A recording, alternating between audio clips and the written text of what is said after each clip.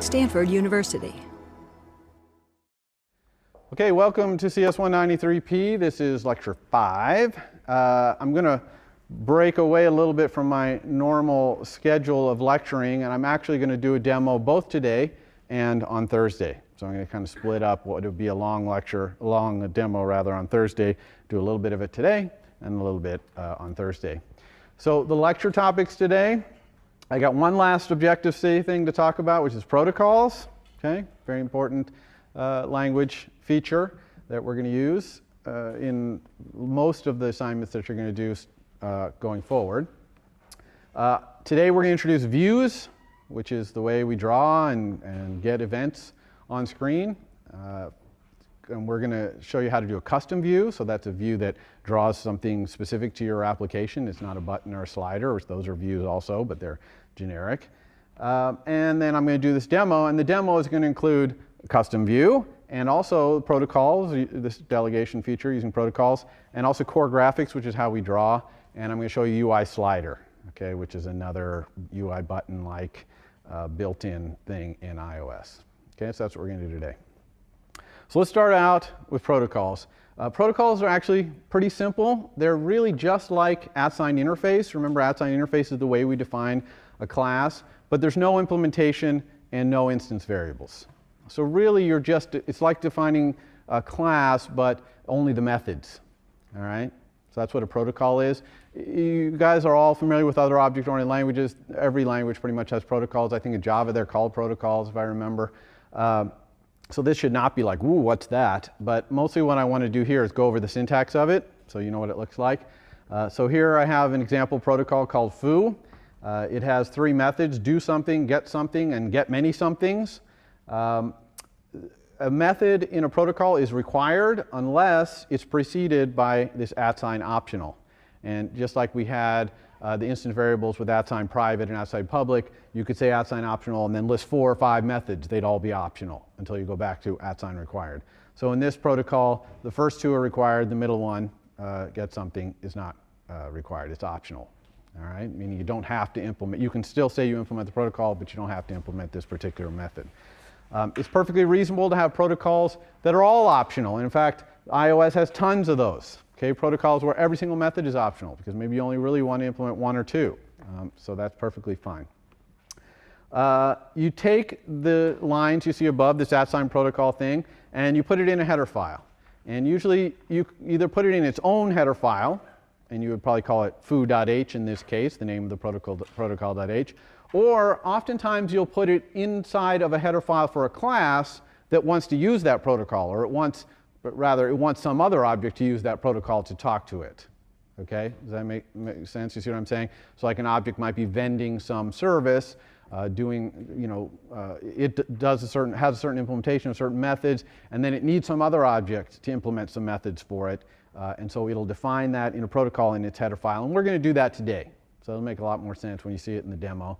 I put the example here, UI scroll view delegate protocol. That's defined in UI scroll view.h. And I'm going to use scroll view as my canonical delegate throughout these slides here. So you have this protocol. Now we know how to specify it with @sign protocol. And then some class implements that protocol. Okay? Now, any class that wants to implement that protocol has to proclaim that they are implementing that protocol in their @sign interface. And you see the syntax here is that little angle brackets foo at the end. That means this class, called my class, inherits from NSObject and it implements the protocol foo. Okay? Now, it's proclaimed this, and so now the compiler is going to make sure that it actually implements the required methods in that protocol. Okay? It's going to actually check it and complain. And the compiler will complain if it doesn't implement them. All right. Now you can have multiple protocols. You would just put them with commas. So angle bracket foo, comma bar, comma whatever, close angle bracket. And it's quite common to have an object that implements multiple protocols, especially controllers. Controllers tend to implement quite a few protocols. Okay. As I said, you have to implement all non-optional methods. So now that you have this protocol declared and you got some objects implementing it, hopefully, you can now declare variables of type ID and further require them to implement a certain protocol. Okay, so now you can see the value in this. ID normally is an object of any kind. You could send it, pretty much any message. It might crash at runtime. Here, you're giving the compiler an opportunity to check to make sure that that object might respond to this message by saying, in this case, obj is an object of some unknown type that implements the foo protocol. So here we're declaring a variable, obj, which is of type ID implements foo. Okay? So if you did this in the compiler, that first line, the compiler would be like, hey, no problem, because we just saw that my class implements foo, and so my class alloc init returns an instance of foo, and so this assignment is perfectly fine. But the next line would not work. Okay, compiler would complain NSArray does not implement foo. That's what it would claim, because NSArray doesn't implement foo, right? And yet we assigned it to a variable ID that implements foo. Everyone make sense? Okay, yeah? Yeah, the question is, if I wanted an array that implemented foo, could I subclass NSArray and implement the methods in foo? And absolutely I could. And then this line, I'd have to assign it to my subclass of array, an instance of my subclass. But yeah, you couldn't do that, absolutely. Okay. In addition to declaring variables, you can also declare arguments to methods, so that the method takes an object as an argument that implements foo. So here I have this method, give me foo object, and it takes as its only argument an object that implements foo. That's what ID angle brackets foo means. Okay? Pretty straightforward. One thing to notice in all this is just like static typing. This really has no effect on what's going on at runtime. This is just a way to get the compiler to make sure you haven't made a mistake in your code. Typed a method name wrong, you designated an object to implement a certain protocol which doesn't, that kind of thing, okay? So this is purely just compiler helping you, syntax. I like to think of protocols as documentation for your method interfaces that's built in and checked by the compiler, as opposed to documentation that you type in a comment that gets out of sync after a few revisions. This way, you got to keep it in sync, otherwise the compiler's going to start complaining, oh, this object doesn't implement that method or doesn't implement that protocol. So it's kind of like documentation. The number one use of protocols in iOS is the delegates and data sources we saw in that MVC picture I showed you on the first day. Okay, so this is an object that a delegate or data source is an object that implements some methods that the other object wants somebody to implement. It doesn't care who, doesn't care what class of object implements it, but it needs those methods to be implemented. Or may not need them, but if someone is interested, they can. A lot of the wills and dids, it doesn't really, scroll view doesn't need will scroll to point to be implemented, but if somebody wants to implement it, now the method is declared and documented in the interface so that everybody knows what's going on. One thing to notice here, delegates and data sources are always properties, and they're defined as assign properties. You see that little parentheses, assign, not retain, okay, or copy. It's assign. And this is something that people are scratch their heads over. But the primary reason for this is usually the delegate in iOS is going to be an object that owns you. Most notably, you're a view, like UI scroll view, and your delegate is your controller. Okay, your controller created you from your zip file, right? They loaded up this zip file and created the scroll view, so they own you. And so the controller is guaranteed pretty much to live longer than the view, because it created the view and it's also going to destroy the view at the end. Okay, so you don't need to retain a pointer to it because it's always guaranteed to be there. So there's other reasons to make this assign versus retain, but this is the convention, and it works out pretty well.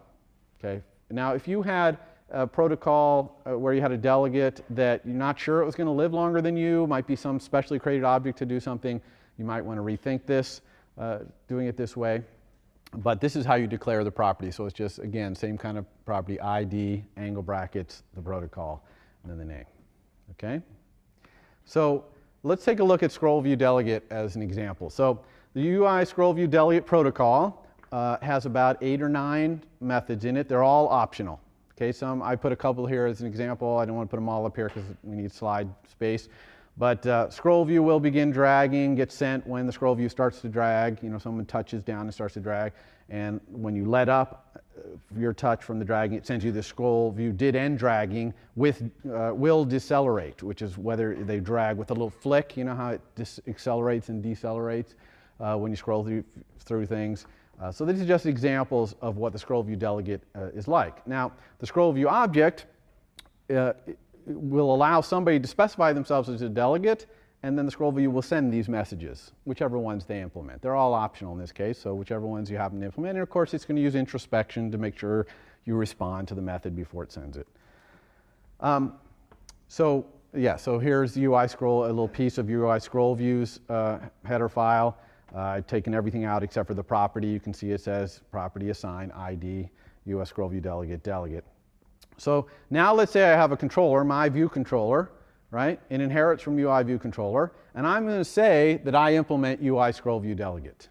Okay, and I got to put that little angle bracket thing. You'll forget to do that a lot, and the compiler will complain that your object doesn't implement that protocol, and you're like, oh, I forgot to put it in the @sign interface. So you have to implement the method you want, but you also have to put this, so the compiler knows that you intend to implement this protocol. Then it's really simple. You just allocate your controller. Here's my view controller alloc init. Init is the designated initializer for view controller. Then you've got a scroll view from somewhere. Maybe it came out of a nib file or something like that. And then you just say scroll view.delegate equals my view controller. Okay? So scroll view property delegate, you just assign it to my view controller. And since my view controller implements that protocol, all is well with the compiler. Okay? And then from this point on, anytime scroll view has one of these interesting things to say, it'll send it to your controller. Everyone got this? Okay? All right, so that's it for protocols and delegates. All right, views. So a view, just like in most graphical systems, and in this case by view I mean a subclass of UI view, like UI button, UI slider, or a custom view you might create, represents a rectangular area on the screen. Okay? So it defines a coordinate space basically on the screen. And then it draws in that rectangle, and it also handles touch events that happen inside that rectangle. Okay, so swipes and taps and pinches, it handles those, and it draws whatever it wants to inside that rectangle. The views are hierarchical, of course. Okay, you've got super views, and then inside you can have any number of subviews laid out however you want. They can overlap. They don't have to, be tiled or anything like that. A view can certainly have no subviews. Like I don't think UI slider, I don't think has a subview that I know of, but UI button does. It has a subview, which is a UI label, which is its title, right? So you can kind of build your user interface out of these rectangles that overlap and nest inside each other. That's the view hierarchy. It's pretty straightforward. This hierarchy you mostly construct in interface builder by dragging things out and dragging things on top of other things. And the hierarchy is usually fairly shallow. You're not usually going really, really deep. Although there's some places where you go fairly deep, and we're going to talk about those a little later in the quarter. And even custom views, if you just declare or write some custom view that draws something special just for your app, oftentimes you'll add that in Interface Builder too. And we'll talk about how to do that. We're going to do that today as well. It is possible to add views in code, and you do this as well. Sometimes you have a view that appears on screen, and then something happens with the user, and then it goes away and gets pulled out of the view hierarchy. Although a lot of times you don't pull it out, you actually just hide it, and I'll talk about that in a second. But straightforward methods in the UI view: add subview, which adds a view, and remove from super view. And now the thing to be clear about these two methods is they're sent to different objects, right? Add subview is sent to the object you want to put the view into. Remove from super view is sent to the object, the view you want to remove. Does that make sense? So you're not, you don't tell a view remove this subview from yourself. You send a message to the view you want removed and say remove yourself from your super view. Okay. You can also manage the order of the subviews. Order of subviews matters because they overlap, they show through each other. And so there's the insert subview below and above and at a certain index, so you can manage the layering of them. That's not very common, I will say. You're not usually doing that. So what happens though when these views overlap? So I got all these views and they're all stacked on top of each other. It's the order of the views in a view's subviews list, okay, subviews array, determines who's in front. Okay, the ones that are lower down in the list, higher indexes, show through the show through any transparency for the ones on top. So let's put it this way: subviews index 0 is at the top level, right, and all the other ones are in front of it. Does that make sense? And we're going to talk about how you get the transparency to happen and things overlapping and showing through. We're going to talk all about that in a couple slides. Yes, that's what I just said. So you also can hide a view at any time by setting its hidden property to yes. So if you say myView.hidden equals yes, it will not appear on screen. If it's in the middle of other layers, it'll just be like, it's not even there. It also won't handle events. Okay, hidden views don't handle events either. It's just like they're not even there. But it keeps you from having to remove them and then insert them right back in at the right place in the subviews, et cetera. You just say hidden and it's gone. Okay, and then hidden equals no, and whoop, it comes back. All right. Memory management. So let's talk about how you manage the memory of views. Very important to understand that a super view retains its subviews. It's just like an array retains the things inside of it. Super view has an array of its subviews. It retains them. All right. So once you've inserted a view into the view hierarchy, if you're not going to send messages to it, you don't want to talk to it anymore, you can release it. All right, because the view will take ownership of it. But you have to be a little bit careful when you remove a view from the view hierarchy, okay? Because the instant you remove it, by sending it removed from SuperView, it's going to release. It's going to be released by that view. Now, you might have retained it before then, hopefully, and so you'll be okay. It's not going to release it. But a lot of people say to a view, remove from SuperView, and then they try to send retain to it after that. And it's too late. After you removed it from SuperView, it got released. It got deallocated out from under you if no one else owned it. Okay? So if you want to remove a view from the SuperView, go get a pointer to it by, getting the subviews and, view index or whatever. Get a pointer to it, retain it, then remove it from SuperView. All right? IB outlets. Okay, I'm going to have a few slides on IB outlets here because we really haven't been doing this right so far, because we didn't know about properties, and so it's hard to really explain the right way to do it. But now we're going to start doing it right. First of all, you would think IB outlets, which are just pointers to views in the view hierarchy, right? Like that UI label display, we had an outlet to that in our calculator pointing to it. You would think, why are outlets even retained? Why do I have to have ownership of them? Because they're owned by the view hierarchy. Well, mostly they're owned for safety reasons, all right? Because you might have an outlet to a view, and then that view's superview gets removed, okay? And when that view's superview gets removed, it might get released and cause all its subviews to get released, okay? And your pointer to your outlet just got released, so that's no good. So that's why always IB outlets, interface builder, when it loads them up out of your zip file, it retains them, all right? And you always want to think of that model of your outlets being retained. But okay, if my outlets are retained, when am I ever releasing them, okay? And in the calculator, we didn't release our outlet, okay? Now, the reality is this doesn't matter that much because, for example, in our calculator view controller, which is the owner of our display outlet, it never dies. It lives the entire lifetime of the app, so it's never going to get released. And also, its view hierarchy never gets released. It stays on screen all the time. But as we get more complicated UIs where views are coming and going on screen, off screen, getting deallocated, new view controller MVC systems are coming online, and then they go away and they get deallocated, this becomes a little bit more of a risk. So we have to start getting in the habit of releasing our outlets at the right time. So when do we need to release our outlets, and how do we do this? Okay, so that's the next few slides are here. First of all, when we release them, obviously we need to release our outlets in the dealloc of our controller, because our controller is the one that owns those outlets, right? It has the retain that happened when they loaded from IB is really on behalf of the view controller. Okay, the view controller did it. So when the controller is dealloced, which you've never seen that actually happen because the calculator is so simple, but it will happen, we need to do it. But there's another time we need to do this, not just on dealloc. It is possible, though rare, that the view that a controller controls can be unloaded from the system. In other words, all its views completely freed, okay, released. Okay, when does this happen?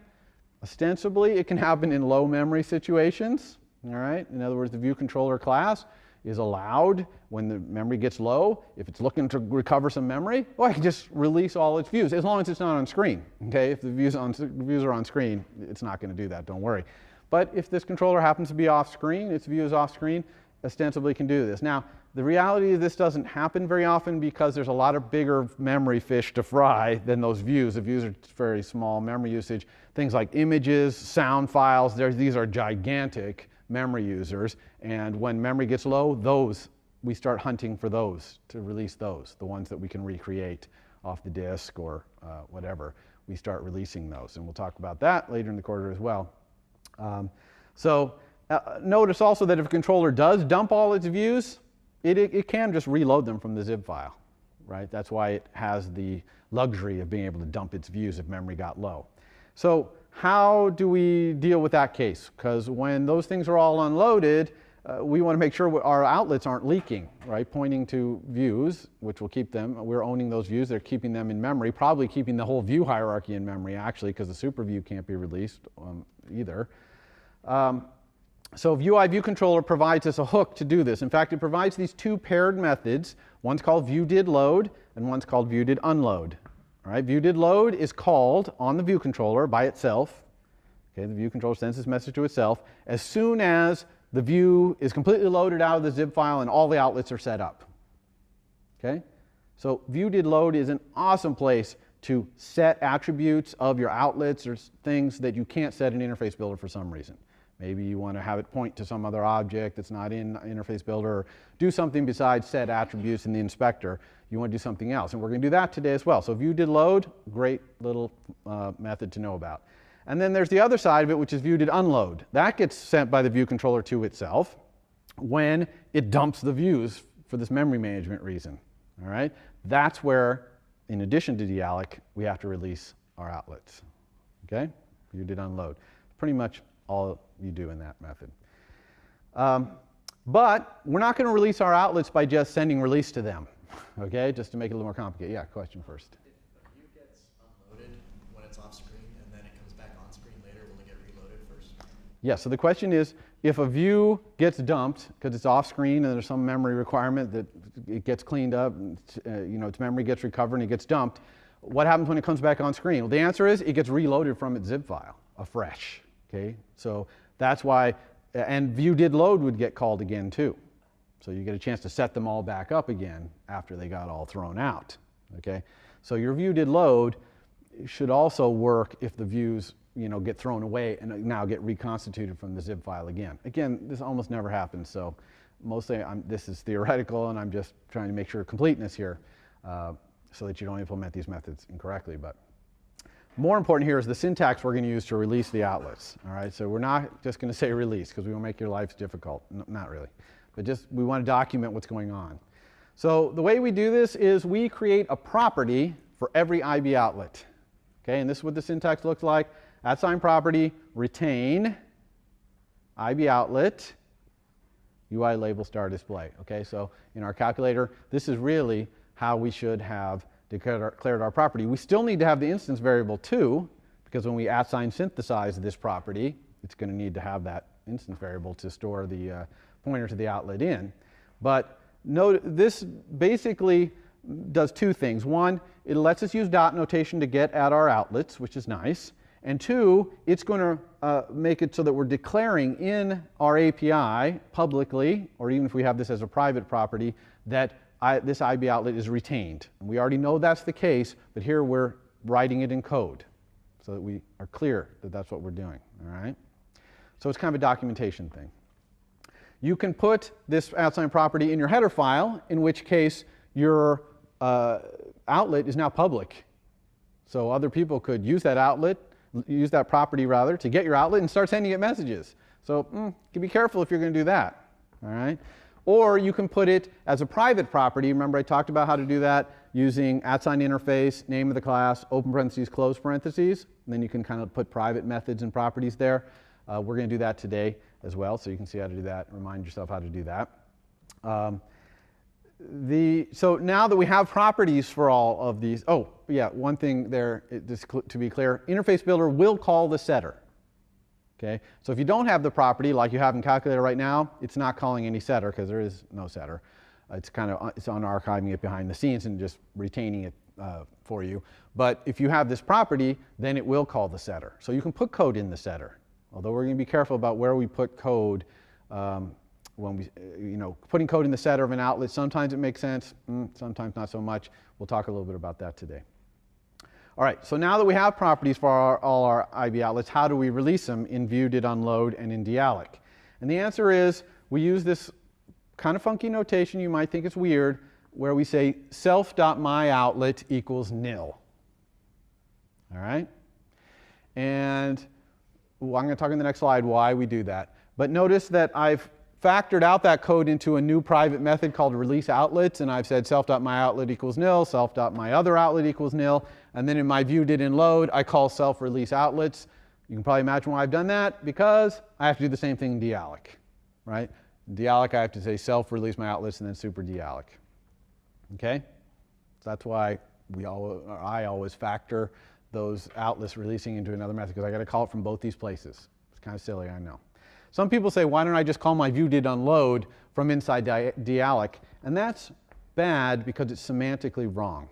Okay? View did unload means your views just got unloaded. Dealloc means your object is disappearing, time to clean up memory. Okay? So even though they're doing exactly the same thing in this case, they're just semantically not the same thing. You would not want to call view did unload from your dealloc. It's just not right. Okay? It's not semantically correct. So how does this self.myOutlet equal nil work? Those of you who have mastered properties already in your mind can instantly see why this does the right thing and releases my outlet. But I'm going to go over it again because properties sometimes are a little hard to get your head around. So here is why. So I have this property, it's retained, I synthesize it. Okay? When I synthesize it, the setter that gets created looks like this. You'll remember this from last lecture, right? Display release, display equals an object retain. That's because this is a retained property. But notice that first line right there. Okay? Display released. If I do self.display equals nil, then that first line of code, right, because an object will be nil, will release our old version of display, which is exactly what we want in our dealloc and our view did unload. So it's doing the right thing. Okay? Now it's going to go on to the next line. It's going to set display to nil, which is also a good thing. Because our view got unloaded, let's say, we released display. It'd be nice to be running around inside of our code when we're unloaded with display being nil, right? Not set to some bad pointer that has already been released. Of course, in dealloc it doesn't matter, but it's nice in view did unload. So we always do this is the bottom line. We always create this outside property, and then we do self.outlet equals nil in our view did unload and our dealloc to clean up. Okay? Questions about that? Yeah. I saw somewhere in the docs that is it a good idea to have like if an object is not equal to display? Yeah. So the question is in set display right there. Okay, I showed you the set display that is theoretically implemented by synthesize. It may be that synthesize, and so his question is it a good idea to make sure that an object is not equal to display before we end up going releasing it and then retaining it? Although it really wouldn't matter. You know, although actually it could matter, because if we're the last owner, it could release it and free it. So the answer is probably assign synthesize does that. It protects you against that case where an object and display. So you set the display outlet or this display property to itself. You wouldn't want it to release it, get freed, and then try and retain something that just got freed. That would be bad. Okay? So yeah, the synthesize takes care of that. When you have synthesized ones, it does the right thing, which we almost always synthesize our IB outlet properties, like 99.9% of the time. Okay, so that's it for views and IB outlet. Back to on views, that was about view memory management for views, including IB outlets. Now we're going to go back to view and drawing. Okay, so if we're going to draw, we have to have a coordinate system, and we need a few C structures that help us specify points and sizes and rectangles. Okay. Now, all of them inside the structs have what's called a CG float. Now, CG float is pretty much just a float, but we always use CG float every time we're talking about anything having to do with view geometry. Okay? You know, it's type deft to the right thing on the platform you're on. So always use CG float. Never use float or double. CG point and CG side and CG rect are so straightforward. I'm not going to spend much time on them. They're structs that have the appropriate things inside of it. Rect, CG rect is a C struct that has one of each of the other two structs in it, a point and a size. That's how you specify a rectangle. And so these are just basic C structs. Now I'm going to talk a little bit how we use these structs to define a coordinate system. So the origin of a view's coordinate system in iOS is the upper left-hand corner.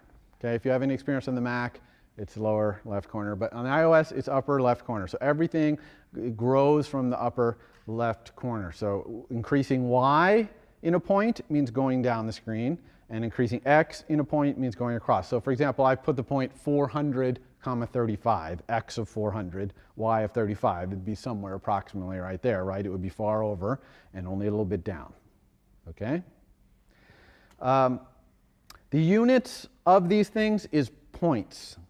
This is something new to understand with the new Retina display on the iPhone 4 and the iPod Touch. It's in points, not pixels. All right? So points are mostly what you want to use when you're drawing on screen, because a font's point size, you know, it's going to look about the same. A 12-point font looks about the same size on a Retina display as it does on an old iPhone 4, old iPhone 3 display. The only time pixels start to matter is if you're drawing something very detailed, or maybe you have an image that has a high resolution version that you want to show. Maybe you're doing 3D graphics or something like that. Then it starts to matter. And there is this property in UI view called content scale factor, which will tell you how many pixels per point. Now, you're actually going to need this for your next assignment, assignment number 3, because you are going to be drawing something very detailed, and you're going to want to draw it at the pixel level. You want to have as fine a drawing as possible.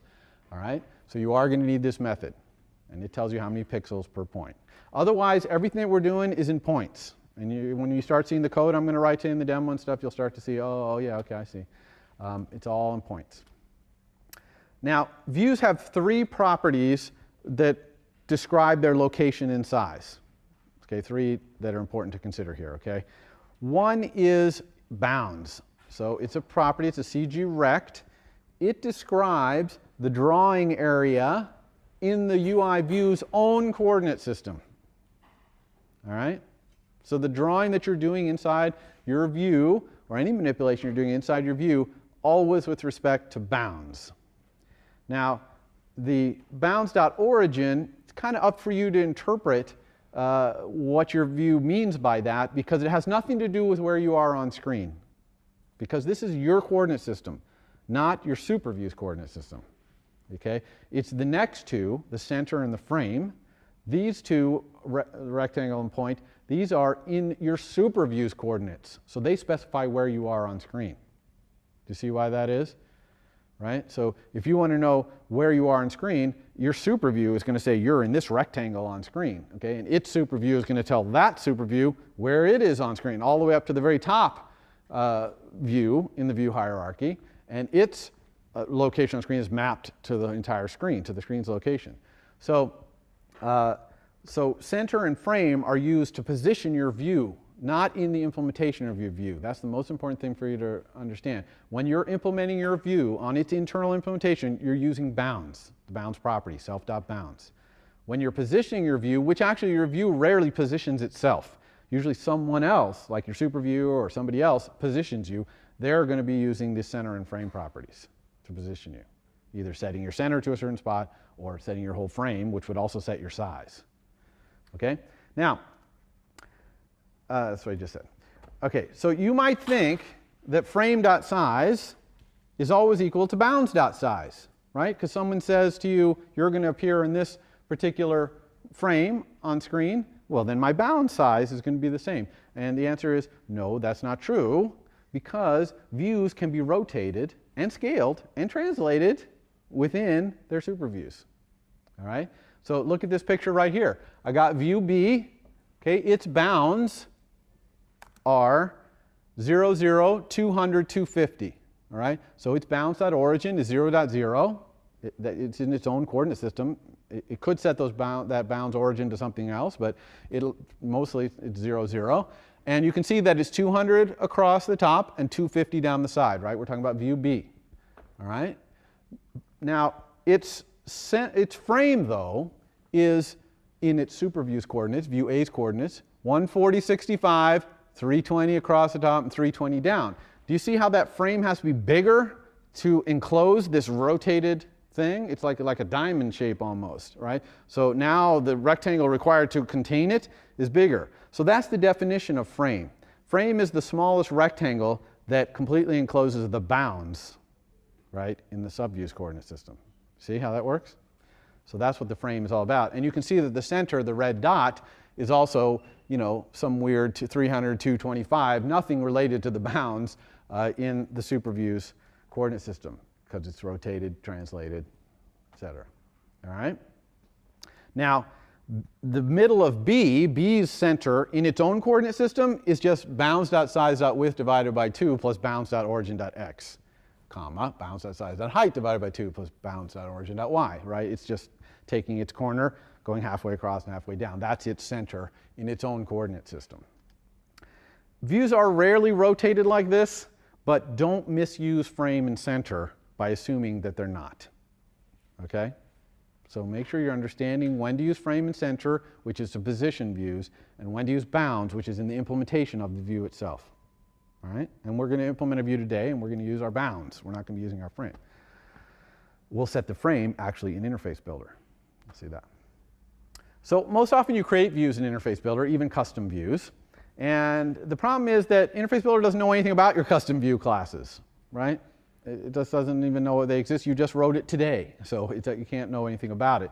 So the way we put custom views into our overall view in Interface Builder is we drag out a generic view, and then we use the inspector to change the class of it from being UI view to being our subclass of UI view. It's that simple. And we're going to do that today. But how would you create a UI view in code, not in Interface Builder? Okay, we've already actually seen this before. You just use views designated initializer, or if you're doing a subclass of view, you might use its designated initializer. So for example, here I'm making a button. You can see it. Button does not have a different designated initializer than the one it inherits from view. So the way I create a button is I do UI button alloc, init with frame, the frame there where I want the button around the do it right there. Then I'm setting a property on the button, which is setting its title label properties text to do it. And then I'm adding the subview, in this case to window. We'll talk about window next lecture on Thursday. But window is just a view. And so I'm adding subview, and then notice I'm releasing the button. Okay? I evidently don't need to send any more messages to it or anything. I'm done with it. And I mean, realistically, probably I would have set up some target action on this thing, and there are methods for that as well. But I just wanted to show you an example here. You can create views in code and put them into the view hierarchy. It's not common, but it's done. It's not like it's really rare. All right, so when would I want to create my own view view subclass? Obviously, I want to do some custom drawing, or I want to do some custom touch handling, like touch handling that's different than a button or a slider. It's, you know, pinching or something else, some special kind of view hierarchy. That's what views do. So I need a custom view if I'm doing a custom drawing or event handling. So the drawing, and so we're going to talk about touch handling next week. So today I'm just going to talk about drawing. And drawing is quite easy. You just create a UI view subclass and you override this method, drawRect. That's all you need to do. All right. So now we're going to talk about how do I implement that drawRect. But before I do that, let me give you this warning. You never call drawRect. Okay. DrawRect is not a method you call. It's a method you implement. All right. The way you get your view to get drawn is you send a message to your view, set needs display, or set needs display with a rectangle. All right. What set needs display do is it marks your view that needs to be displayed, and then around as the event loop runs around, and at the right time, iOS will call your drawRect. It'll set up everything you need to be, you know, graphic state, etc., to draw, and then it'll call your drawRect. Notice that drawRect has this extra little argument, which is arect. Arect is kind of a performance thing where inside your drawRect, you don't have to draw outside of a rect. You have to draw everything inside that rect.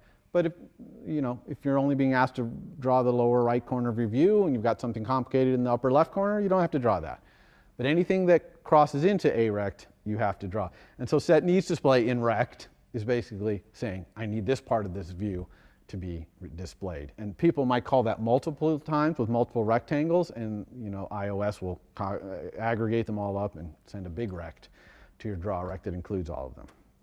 Okay, so iOS is pretty efficient about only asking you to draw the minimum number of times because drawing is expensive. All right, when you have to redraw your view, it's expensive. A lot more expensive than allocating objects and things like that. That's a lot more expensive. All right, so how do I implement draw rect? And the answer is you use the core graphics framework. The core graphics framework vends a C API. It's not object-oriented. There's some objects you're going to see here, but it's mostly not object-oriented. It's a bunch of C function calls. It's been around a really long time. Quartz 2D is the name of the core graphics engine. Been on the Mac for a long time. It's very efficient on lots of different platforms, and it works really well on iOS. They've really tuned it nicely. So how does core graphics work? So here's the concepts behind how you draw. First, you get a context to draw into, and I'll talk about that. Then you create paths, right? Lines and arcs and stuff. Then you set the colors and the textures or fonts or whatever you want, and then you stroke, meaning draw, or fill the interior of those paths. That's it. Okay, that's the concept. You just do that over and over to draw all the things you want to draw. So context, let's talk about that. The context determines where your drawing goes. So you're issuing all these C functions that drawing lines and arcs, and it's like that's got to go somewhere. And depending on where it's going to go, different things are going to happen. Okay, if it's going on screen, on a high resolution screen, the arc has to, make really small increments along the way. If it's on a lower resolution screen, maybe it's, bigger, fatter pixels, can do it larger. If it's going to a printer, the printer might have 300 dpi or who knows what. If it's going to a PDF file, the PDF file will have some resolution associated with it, okay? So the context determines which of those things. Now, we're only going to talk about the screen today. We might touch on some of these other ones, especially off-screen bitmap. Actually, I'm going to talk about that briefly today too. But that's what context is about. For normal drawing, 99% of all the drawing you're going to do, the UI kit sets up this context for you, okay? And it's set to be your current drawing context. And then you're able to call a function that gives you your current drawing context. This context changes each time drawRect is called. Okay, so the UI kit will set up a new context, call your drawRect, and then the next time it's going to call your drawRect, it'll set up a new context. So you never want to cache that context. You never want to hold it in an instance variable or a static. You never want to keep it. All right? You always want to use the new one. Next time it comes around, we'll show you how to get the new one. And this is how. You call this function UI graphics get current context, and it will return to you this thing called a CG context ref, which is just this opaque type. You don't know what it is. It's a pointer to something, and it represents the context. And then you just use that context when you want to do all this line drawing and path building and stuff like that. You pass the context as an argument. So this is how you do that. So we're going to define a path here. First, I say begin path. I pass the context that I'm drawing in. Then I move around. So here I'm making this triangle up in the upper right corner. So I'm moving to a certain point, then I'm adding a line to a point, adding another line to a point. I only added 2 lines, but now I'm going to close the path, which is going to add that 3rd line, because it's going to make the path go back to its start. Okay, so that's a common graphics thing, to be drawing a path and then just close it and have it goes back. You don't have to close it, okay? Not strictly required. And then I set any graphic state I want, like the fill color and the line color. Notice that these are object-oriented methods, the UI color methods. We'll talk about those in the next slide. And then I call this method CG context draw path, and it takes the context and then a constant, in this case k CG path fill stroke. You're going to see that the constants in the UI kit and core graphics have the little k in the front. So this particular constant means fill and stroke the path. In other words, stroke it with the red line and fill it with the green, okay?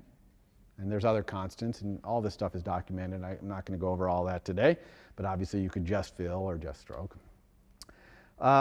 It's also possible to build up paths and hold them around. Like you might build like a star path and then just draw a whole bunch of stars, okay? That you can do that as well. Bunch of C functions look very similar to the ones on the previous page, but they start with CG path instead of CG context. We're not going to go into that today because we're going to be time constrained here.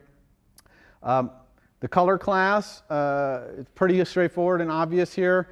It has some predefined colors like red color, blue color, green color, which are class methods, which will return you a color. You can also make custom colors by specifying the RGB, or there's other mechanisms as well. Note also that there's alpha. See that alpha, the fourth argument to creating that custom color? That's transparency. Okay, 0 fully transparent, 1 fully opaque. So you can have partially transparent colors. Now you can start to see how if I have these overlapping views, you can see through, not just see through clear, but see through, with a little bit of rose-colored lenses maybe, okay? And then you just call set fill, or there's also set on color, which sets both the fill and the line color to be that color, all right? So more about drawing with transparency. Not only can you use the alpha, like above, you also can set a view property called opaque, all right? Well, first let me talk about the background color. So a view has a background color, which it'll fill itself with if you set it. That can be partially transparent. It also has a property called alpha, which you can set, which makes the entire view more or less transparent. Right? So you can use this to make views fade out over time. And we're going to talk about there's API in the UI kit for animating alpha changes and things fading in and fading out. It's really cool.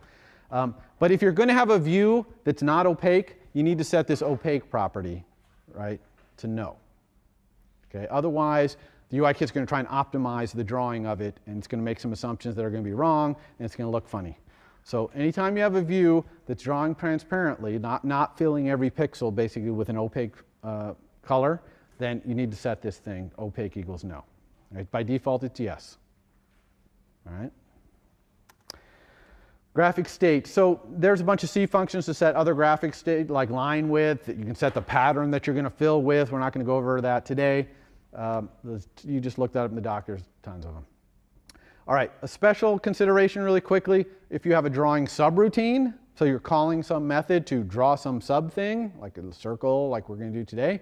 When you do that, you want to push the context that you're currently drawing in onto a stack, set all whatever graphic state you want, draw whatever you want, and then pop the original one back on to be your current context. Otherwise, you might call a draw green circle method from some other method, and it's going to set your fill color to green. And when you come back, now your fill color is green. You don't want that. You want your fill color to be whatever it was before. So here, I set my fill color to red. Then I called this draw green circle. When I come back and I fill stuff, I expect it to still be red because I want that function to be kind of totally its own thing. Does that make sense? Right? So that's why we do this pushing and popping. And we're going to do that today too. Even though in our example we don't need to push and pop, we're going to do it anyway, just to show you. Last two things here is drawing text and images. So to draw text, the best way is to use a UI label. It draws text really well, has lots of options, does a really good job of it. But if you need to actually draw text in your custom draw rect for some reason, like maybe you need the text to be rotated somehow, or it can't really sit as a subview in your view, then it is possible to draw text, and here's how you do it. First, you need a font object. Okay, because you have to specify what font you're going to draw with. And there's a lot of ways to do it. System font, you can get a font by name like Helvetica. You can get the list of available fonts on the system and then pick one out of there. But you get your font from the font class. And then this is very counterintuitive, but you actually send a message to the string object you want to draw, telling it to draw itself. All right, so for example, here I have the string object text, which I got from somewhere. And I send it the message draw at point, which is going to be, by the way, the upper left corner of this block of text, with font, the font I want to draw with. You can also find out how much space that text is going to use before you draw it by using this text size with font method on NSString. Now, as I said up here, you might be disturbed that string, which doesn't seem like a UI object, has these methods in it. And the answer is those methods don't come with string in its original implementation. They're added by UI kit, and there's a mechanism in Objective-C, which you can look up if you want, called categories, which allows you to add methods to objects without subclassing them. Okay, be careful of that. This is just a good time to mention it because this is such an egregious, obvious example of doing that. But that's how NSString does that, adds these drawing methods. There's some other ones too, draw, in rect, things like that. All right, so drawing images. So just like with UI label, there's a great object called UI image view. It does a superlative job of drawing images. But if you feel like you can't use it as a subview, you can't fit it in there, the way you draw images is you create them first, and there's a bunch of ways to create an image. The easiest way is to put a JPEG file or something in your resources folder in Xcode, and then you can just call this method, UI image named with the name of the file, and it'll go get that image, which is kind of cool. But you can also create them from files. So if you have a path to a file, which we haven't even talked about how you get paths to files inside your application, but we will talk about that later. Or if you got data like from the internet, you can't talk to Flickr or something and you use Flickr's API to download an image, you'll just get the JPEG data and you want to be able to create an image from that. So you can do that. You can even draw. I told you about contexts which were bitmaps, basically drawing to a bitmap. This is how you do that. You call this UI graphics begin image context, and it will create a context, it'll change the current context basically to be an off-screen bitmap. And then you can just draw in it with CG, add line to, all these things. And then you just say UI graphics get image from current context, and it will grab that image that you just drew and turn into a UI image object. Once you have this UI image object, then you blast its bits onto the screen using either draw at point, draw in rect, or draw as pattern. Okay, one just draws it at a certain point, one scales it to fit into a rectangle, another one tiles it inside the rectangle. Okay. Just as an aside, if you have a UI image, you can actually get its image data as a JPEG or as a PNG file using these two functions. Kind of fun. All right, so that's a way you could actually draw an image, get the JPEG thing, save it as a file. You could create a JPEG with a custom drawing in it.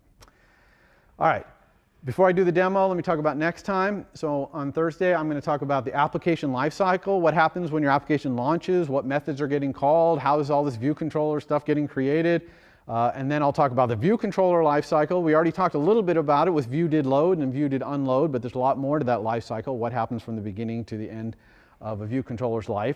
And then we're going to talk about a very important new view controller called a navigation controller, which is a controller of other controllers. And then we're going to start having these MVC models that point to other MVC models.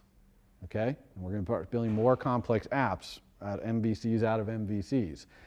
So we're going to start doing that on Thursday. So today I'm going to do a first demo, and I'm going to do another demo on Thursday. Today's demo is called Happiness. And it basically shows an amount of happiness with a smiley face on screen. So the smiley face will be smiling if he's very happy. He'll be frowning if he's very unhappy. As always, I'm going to try and show you tell you about the model, the view and controller of our app. This application has a very simple model, which is an int. All right, that's its entire model. It's the happiness. I decided happiness went from 0 to 100. Okay, 0 is very, very, very sad. And 100 is very, very happy. Okay, so that's our model. I want to keep the model simple to keep the demo simple. That's it. Our view is going to be a slider to set our happiness, and a custom view, which is the face, which is going to show our happiness. Okay, so that's our view. And then we have a controller, happiness view controller. That's where, that we're going to do all what we always do in a controller, mixing all this together. As I do this demo, here's things to watch for. UI slider is new. We haven't shown you UI slider before, so you can see what I'm doing with that. Obviously, draw rect. I'm going to implement a draw rect to draw the face. Note how face view delegates its data ownership using a protocol. Okay, my face view doesn't want to own its data of the happiness or even of the smiliness. Okay, it doesn't know anything about happiness actually. It only knows about smiliness, whether you're smiling or frowning. But it wants to delegate that to someone else because that's its data. All right, and we talked about views don't want to own their data. Also, you're going to note the set needs display I'm going to use to make it so that the face gets updated as the model changes. And I'm going to show you this memory management syntax with these IB outlets. Okay, so you're going to see all that. All right, so here we go. This is speed demoing again, just like last time. So we're going to start from scratch as we usually do with our demos here. It's hard for me to type here with listening my way, but all right. Where's my mouse? Mouse is not working. Okay. All right. So I'm just going to go to Xcode. Here's our splash screen. I'm going to create a new project. Let's quit that. I'm going to do view-based project again, as we always do, so it creates a view controller for me and a zip file with a view in it. I'm going to call this happiness.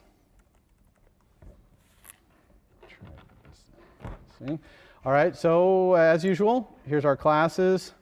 I'm going to make this big today because I have some wide code lines to type. Put this up here.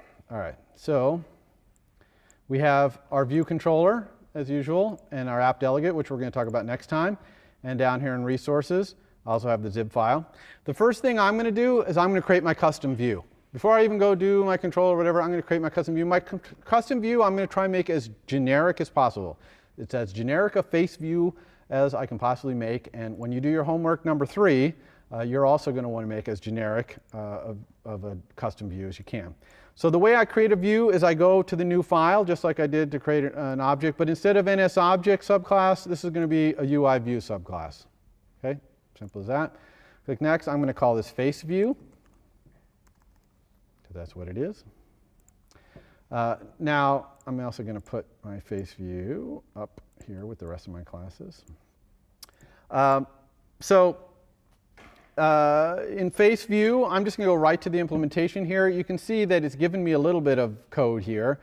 Here's its designated initializer. I don't actually have anything to initialize, but I'll just leave this here. It doesn't hurt. You can see this weird self equals super kind of notation we talked about last time. Okay. And then down here is dealloc. All right, we're going to leave that because we are going to have to dealloc something. And then we have drawRect. So I'm going to uncomment out drawRect, and we're going to implement it. All right. Now for time saving, I'm going to, actually I don't like to do it, but I'm going to copy and paste a little code in a minute here. But first, let's get started with this method. The first thing I want to do is find the midpoint of my view, because I'm going to draw my face right in the center of my view's bounds. Okay, so this I want you to really notice that I'm using self-bounds, not self-frame or self-center. A lot of people would just say, oh, get my center. No, you don't want to use center here. You want to use bounds. So I'm going to say CG point, my midpoint equals, well, we'll just set them separately. So here's the midpoint. Midpoint.x equals self.bounds.origin.x plus self.bounds.size.width divided by 2, and midpoint midpoint.y equals self.bounds.origin.y plus self.bounds.size.height divided by 2. Okay, so that's how I find my midpoint. I don't call center or anything like that. The next thing I want to do is figure out how big I'm going to make my face. I'm going to make my face round, and I'm going to make it small enough to fit in whichever is smaller, my width or my height. So my view doesn't have to be square. It could be long and thin, but I want to make sure my round face fits. So I'm going to have a CG float here called size, and I'm going to actually set it to be my bounds.size.width divided by 2. I'm going to have my size be actually the radius of my face, the radius, not the diameter. But I'm going to check and see if my self.bounds.size.width. I'm also going to make sure that if my height is less than my width, then I'm going to set my size to be self.bounds. Size equals self.bounds.size.height divided by 2. Okay, so I've basically made it so that size is the smaller of one of those two. And then the last thing I'm going to do is I'm going to make my face so it doesn't go all the way out to the edge. I'm going to kind of make it a little smaller. So I'm going to say size times equals 90%. Question? You mean this question mark colon? Yes, it does. It's C, right? So the question is, does Objective-C have the question mark colon operator? And yes, it does. I could have done that here, but I didn't. Okay, so now I have my midpoint and I have my size, which is my radius of my face. Okay, so I'm going to make this face simple to draw. I'm going to have a subroutine that draws a circle, and I'm going to use that to draw the face and also to draw the 2 eyes. All right, so now I need a subroutine. I just want to do that to show you how to do this thing with the pushing and popping. So first I need a context to draw in here, so let's just get that. UI graphics get current context, because you're always going to do this towards the top of every draw rect is get this thing.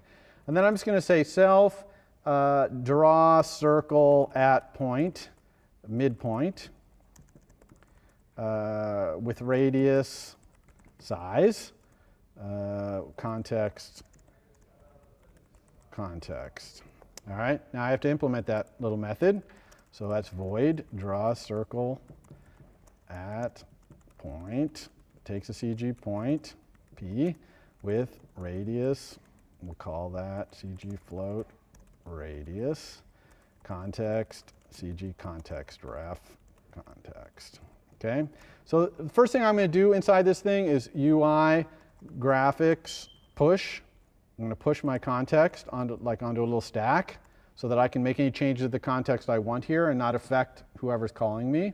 So I'm just going to begin a path, CG context, begin path with our context. Then I'm going to CG context add arc. Now arc takes a context and then it takes the starting angle and the ending angle, and I'm going to draw a whole circle. So I'm going to start at this, it wants the center, so I'm going to give it p.x and p.y, and then the radius is radius. The start angle is 0 and the end angle is 2 pi.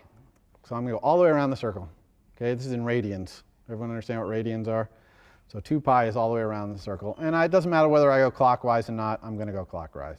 Okay, probably say yes there too. It says an int, but probably yes would be better. And then that's it. So now I'm just going to stroke that path. So I say context stroke path, context, and that's going to stroke it. Now you might say, well, what's my line color and what's all this? That's whatever the default is. And UIKit sets up reasonable defaults when it calls your draw rect. Usually, black and line width of 1, those kind of things. So we're going to let that be that. For now, we're going to let that, and we'll change it maybe later if we have time.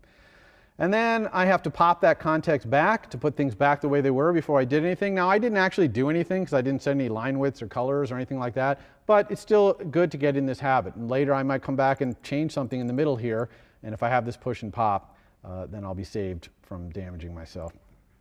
All right, so now I'm going to copy and paste in the code that draws the eyes and the mouth, which I have right here in this little file. And you can look at it at your leisure. I'll obviously be posting all this. It's pretty straightforward. It mostly involves calling draw circle for the eyes, right? Just picking some round circles and calling my draw circle method again. And then the mouth, I use a Bezier curve, which I have to specify the beginning and the end and 2 control points, and it basically draws 2 tangents and then draws a line that marks to those 2 tangents. That's how I'm going to get a mouth. I'm not going to do this yet. And so now so this is all the mouth start and mouth end and control points. So now I'm actually going to call the CG context things to draw the mouth. Okay, so I'm going to start with begin path as usual, context. And then I'm going to do move to point, and I'm going to move to mouth start .x and mouth start .y. And then I'm going to do this Bezier curve, which is, what do they call this thing? Add curve to point. You can see there's all these things. There's the context. There's my mouth control point 1.x, mouth control point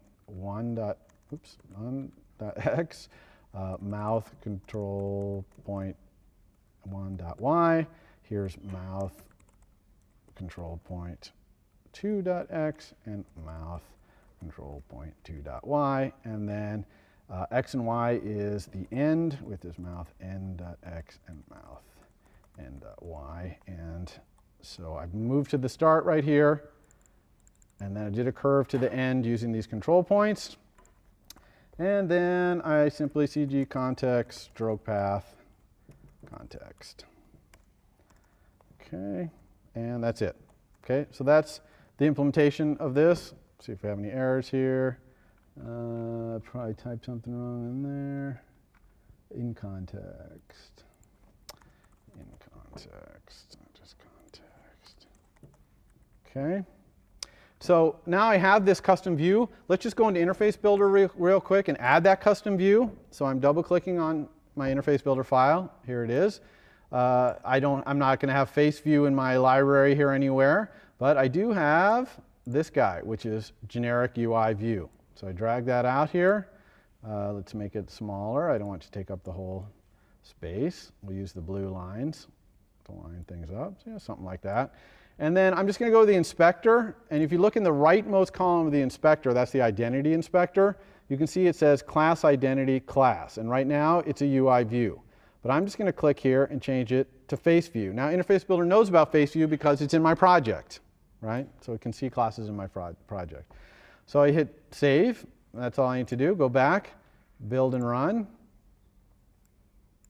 And we have a smiley face. Woo! Okay. So that's good. Okay, we're getting there. We're probably going to run out of time. We might continue this on Thursday, actually. So the next thing we need to do is make our face view's smiliness controllable. Okay, and this is what I'm going to do with this protocol. All right, I'm going to use a protocol to do this. So let's go to faceview.h and show how we would define this protocol.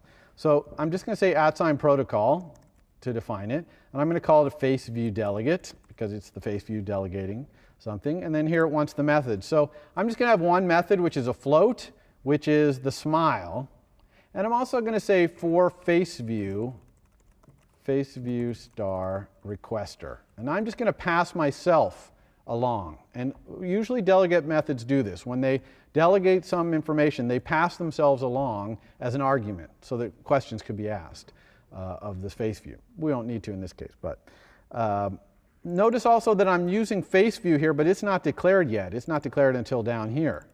All right, so that's a problem. We'll have to resolve that in a second. So now I need my delegate to be a property, so I just say property, and I'm going to make a sign, because I'm going to be assumed I'm owned by a controller or someone longer lived than me. And I'm going to say ID face view delegate, my delegate. Okay, and now I need an instance variable for that.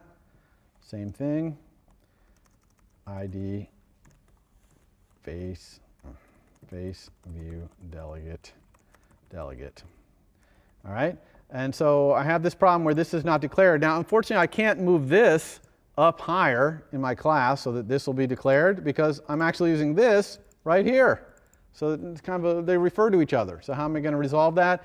And the answer is you use a forward reference. Those of you who know C will be used to that. And I'm just say @class faceview. That says to the compiler, there's a class. Faceview is a symbol that means it's a class. I'm going to define it later. All right? So that's how we deal with that conundrum. All right, so the next thing we need to do is go back to faceview.m. Let's synthesize our delegate.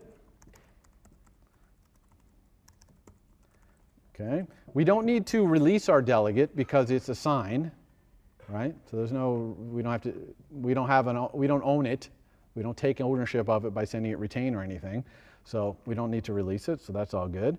And so the last thing we need to do is just use our delegate. And the way we're going to do that is we're going to say self delegate smile for face view self. Okay, and that's going to return, times.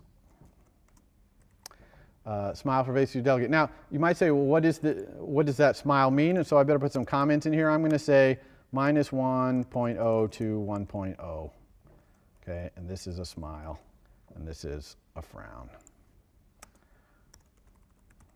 Okay, now if we had more time, I would probably bounds check my delegate to make sure my delegate wasn't returning -20 or something like that, because that would make my smile look terrible. But we don't have really time for that. In fact, we have 2 minutes left. Okay. So I think we're good there. Yes. Okay. So now we have a face view. It's a generic face view. It doesn't know anything about happiness or anything like that, but it's set up so that when we build our controller, we'll be able to control the smile, how much it smiles, et cetera. All right. So I'm going to get as far as I can in my controller, and we'll see how far that is, and then we'll continue on Thursday. So the first thing I want to do in my controller is let's do the whole API.